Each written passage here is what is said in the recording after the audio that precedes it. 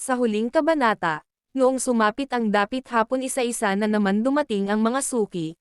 Una ay si Teacher Bora na inanyayahan ang ating bida na mag-date muli sila, nang sila na lamang dalawa sa darating na Sabado at pumayag naman si Jack ang pagkatapos isipin ang mga posibleng mangyayari, kung sakaling kapag siya ay tumanggi.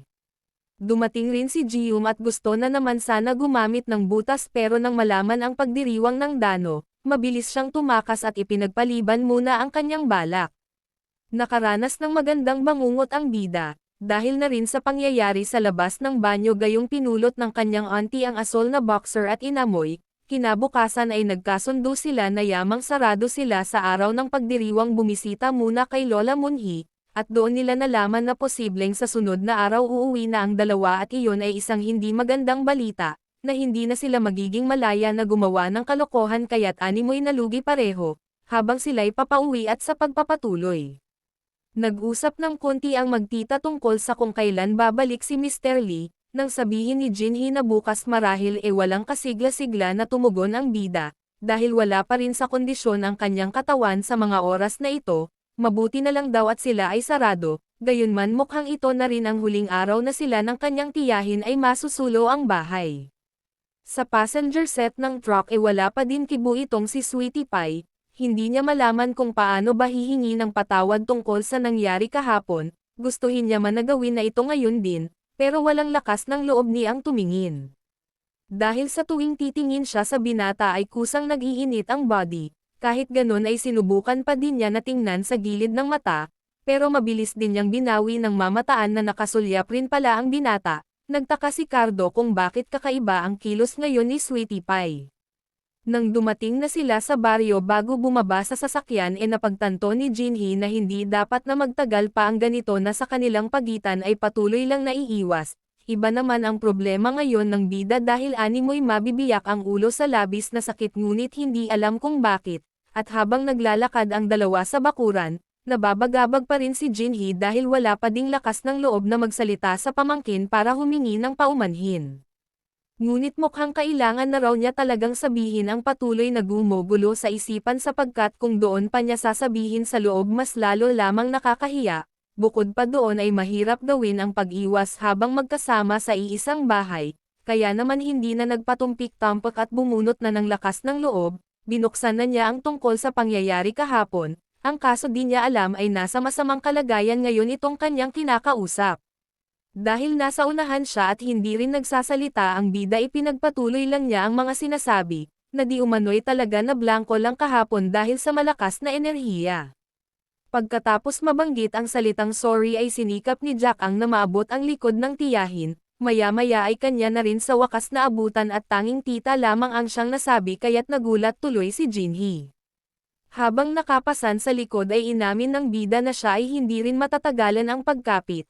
Akala naman ni Jinhee ay tungkol pa din ito kahapon, kaya naman ipinaliwanag na rin na iyon ay isa lamang aksidente.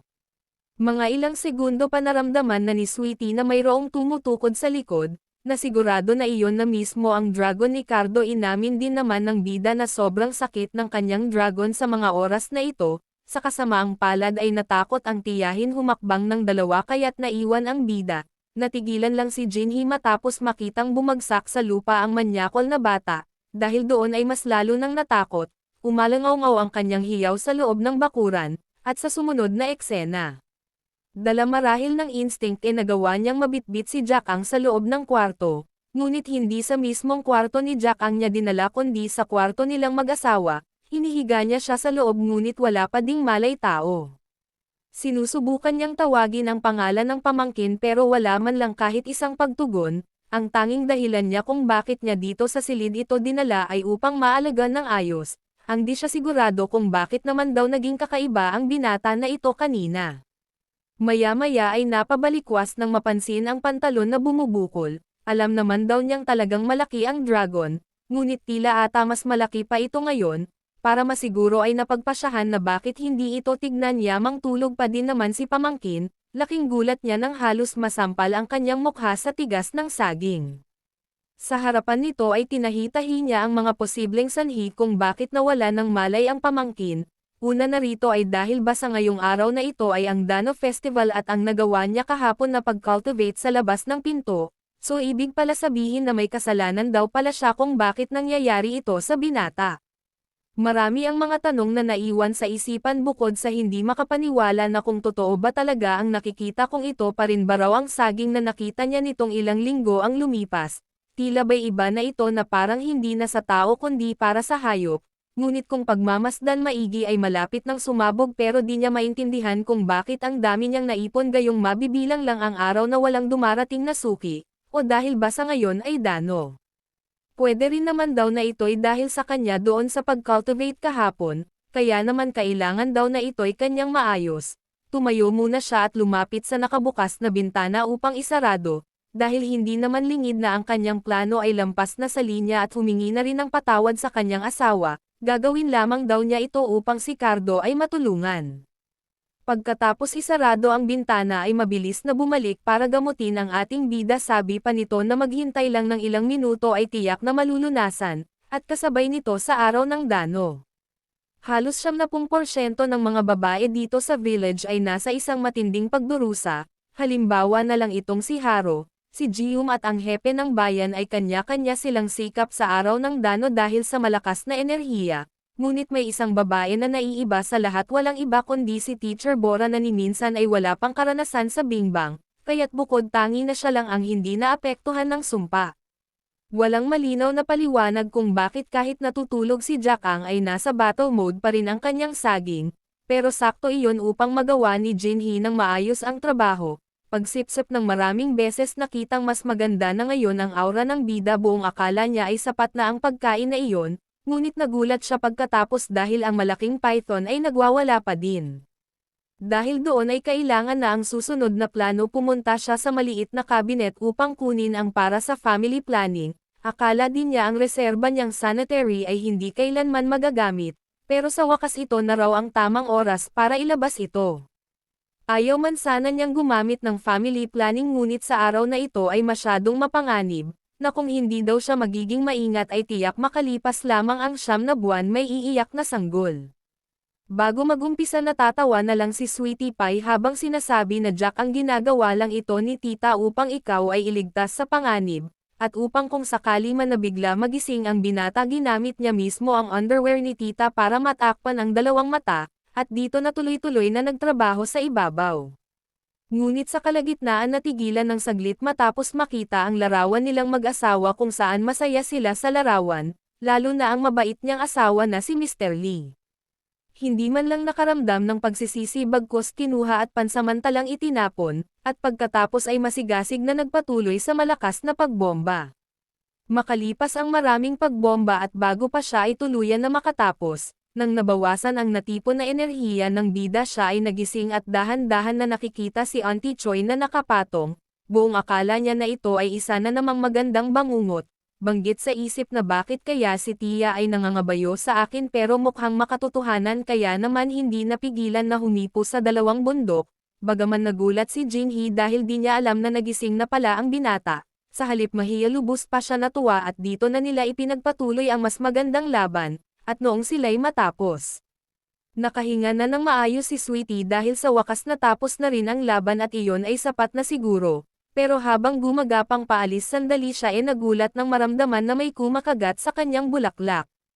Pinagsabihan niya ang bida na huwag siyang subukan gayong siya ay masyadong sensitibo sa mga oras na ito, subalit parang animoy nakikipag-usap siya sa isang puno. Wala na rin nagawa si Sweetie kundi ang mapagbigyan na lamang ang binata na gawin ang pangalawa, ngunit iginiit na kailangan niyang gumamit ng family planning. Nagbibigay na siya ng sinyales kaso wala pa din sa sarili ang bida. Tinanong din niya na kung talagang magagawa pa ito at kung hindi pa ba napapagod. Nang mapansin niya na ang python ay nasa ayos na kondisyon, wala siya nagawa kundi ang muling pamatong-patong. Pagsapit ng bukang liwayway nagising si Jack-ang sa kwarto ng tiyahin. Ngunit hindi pa niya alam kung saan siya nakatulog. Natanto lang niya ito na may mali nang makita si Jinhee na bumabangon. Sinalubong siya nito ng maaliwalas na ngiti sabay na nag-good morning, at ang tanong na kung maayos na ba siya ngayon. Ang larawan ng mag-asawa sa mga sandaling ito ay nasa dati na nitong pwesto, sabi rin ni Jinhee na babangon na siya upang maghanda ng kanilang agahan. Matipid na lang sumagot ang bida para magpasalamat, at sa likod ng larawan nakatago ang naiwang ebidensya. Sa harap ng almusal, ibang-iba na ang ngiti ni Jinhee pagkalipas lang ng isang araw na kung gaano siya balisa kahapon pero ngayon sa oras na ito ay napakalambing ng bawat tinig ni hindi muna rin mababakas na mayroong napagdaanan. Ang kaso ay malabo ang naaalala ngayon ni Jack ang patungkol sa nangyari kagabi, mayroon man ngunit masyadong malabo, na para na lang iyo'y isa na lang parte ng magandang panaginip. Di na niya gaano pinansin ang tungkol sa bagay na iyon bagkus ang malaking palaisipan ngayon ay kung bakit doon daw siya nakatulog sa silid ng tiyahin, ang tanging naaalala lang ay noong nilagnat at nanghina habang nakasandal sa likod ng tiyahin at ang tungkol nga sa magandang bangungot, pagkatapos kumain at makapag-ayos upang pumasok na sa trabaho. Inihatid pa din siya ni Jinhee na wala pa din pagbabago sa kanyang mga ngiti na malambing na para na silang mag-asawa. Binigyan din niya ang bida ng magandang talumpati para sa araw na ito. Gayunpaman ay humihingi siya ng paumanhin dahil hindi muna masasamahan sa tindahan gayong kailangan daw niyang tulungan ngayon ang tiyuhin para asikasuhin muna ang bukid. Sabi ni Jack ang nawalang problema gayong maraming beses na rin naman siya ay natulungan, at nagpasalamat. Pero laking gulat ni Cardo nang binaunan siya ni tita ng matamis na halik, hindi man siya nagtanong kung bakit ginawa iyon ni Sweetie. Ngunit mababakas sa mukha ang malaking katanungan, sa kabila naman ay walang binanggit si Jinhee kung para saan ang halik na iyon, maliban sa matamis na ngiti at pagbibigay bilin na mag-ingat. Pagdating niya sa tindahan ay unang ginawa ang mga pangunahing gawain ang paglilinis ng bakuran, hanggang sa muli nitong maalala ang kiss ni Jinhee kanina, at nabuo ang isang malaking pagdududa na posibleng may nararamdaman na sa kanya ang kanyang Auntie Choi. Gayunman hindi na nag-isip pa kung ano at natanto na mas maganda na ang kasalukuyang kondisyon ng katawan ngayong araw, sa unang pagkakataon naramdaman ang pagiging isang malaya, na may maaliwalas na pagnanasa. Ngunit bago pa man niya ma-enjoy ang sinabi niyang kalayaan walang kaalam-alam na may paparating na problema, lumitaw sa kung saan ang isang babae kaagad din naman naramdaman na may paparating at nakita na iyon pala ay si Ji-yoon na hinahabol ang bawat paghinga.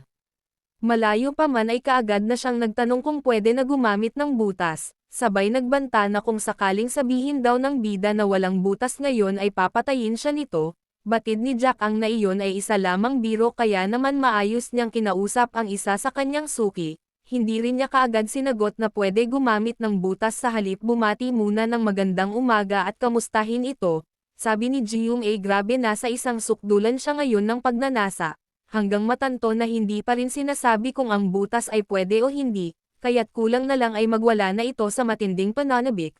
Natatawa lang na sumagot si Jack ang at sinabing sa totoo niyan ang orihinal na plano ko sa whole store ay sarado muna sa loob ng 2 araw, pero dahil naririto ka na magbubukas na lang ako ng butas.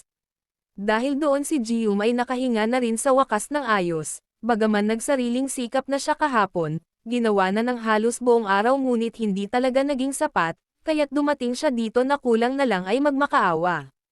Noong malinaw niyang marinig na ang butas ay pwede naman pala ayaw ng masayang ang oras at nagmamadali na ito na magpunta na sila sa loob para gawin iyon, ngunit nagambala sila ng isa pang dumating, na gusto rin gumamit ng butas. Dumating rin si Haro na pareho sila ng layunin pero kabado si Haro dahil sa isang tiyak na problema dahil may nauna na dito sa kanya. Walang ano-ano'y nilapitan niya si Ji-yoon upang makiusap na kung pwede ay siya muna ang mauna na ikinabigla ni Ji-yoon.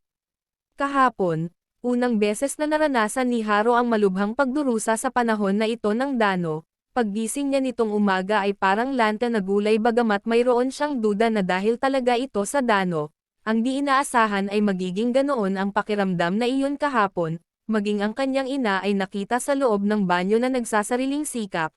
Itinaas lang ng kanyang mama ang isang kamay upang magbigay pahiwatig na huwag siyang abalahin, gayunman pasiga na pinagsabihan ni Haro ang kanyang mama na kung pwede matutong mag-lock ng pintuan lalo na't kung may kakaibang ginagawa. Habang naghahanda upang pumasok sa opisina sabay na iniisip na sana lang ang butas sa tindahan ni Jack ang ay maaaring gamitin, at kahit ano pa man ang mangyari ay pupunta daw siya doon. Habang nasa loob ng bus para pumasok ay patuloy pa din na binabanggit sa isipan ang sigurado na pupunta sa tindahan ng butas, ni sa buong panahon ng trabaho ay walang ibang laman ang isip kundi ang pagpunta ngayong araw na ito sa tindahan ng butas.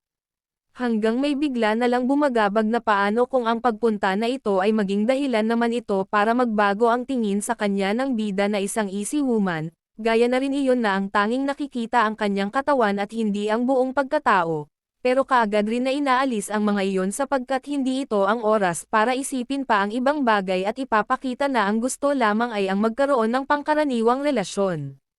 At nitong pag-uwi sa paglalakad na lang ng mahigit o kulang 10 hakbang na lang ang layo, ang buong kumpiyansa kanina ay tila ba lahat naglaho. Sa ngayon ay hindi na alam kung ano ang dapat sabihin o unang banggitin kapag dumating na siya sa tindahan, sa kawalan ng maisip ang pinakamahusay una ay mag-hello na lang daw muna, ngunit sa pagkakamalas nga naman makikita niyang may nauna na pala dito. Ito ay yung eksena matapos nga niyang maging parang pinagsakloban ng langit at lupa, na buong puso na nakikiusap kay Ji-yoon na kung pwede ay siya na muna ang mauna ngunit mariing tinutulan ni Ji-yoon batay sa kanilang sitwasyon. Para subukan si Haro tahasan siyang tinanong ni Ji-yoon kung ano ba talaga ang ibig sabihin ng pagpunta dito, pero walang masabi si Haro kundi ang magbigay paliwanag na sila lamang ang makakaunawa, subalit pinilit ni Ji-yoon na banggitin kung anong ibig sabihin ng pagtukoy sa mauna at ano ba ito, samantala hanggang sa dulo lang ng dila ni Haro ang salitang butas pero wala siyang lakas ng loob na sabihin iyon ng malakas, kalaunan inamin niya na lang na hindi niya daw talaga kayang magsabi. Kaya't humarap na lang kay Jack-ang at pagkatapos bumati ng magalang. Naging maayos naman ang kanilang pag-uusap at napag-usapan ang tungkol sa pagsasara kahapon, nakisimpatya si Haro tungkol sa pagsasara na iyon, lingid sa dalawa na may matalas na mata na nagbabantay sa kanila. Ngayon lang napagtanto ni Ji-yoon na nagkamali na nabanggit pa kay Haro ang tungkol dito sa Glory Hole, nagkaroon daw siya tuloy ngayon ng kakompetensya, at mukhang ilang beses na rin na nakagamit ng butas. Dahil straightforward lang siya lumapit kay Jack-ang at basta na lamang siya hindi pinansin.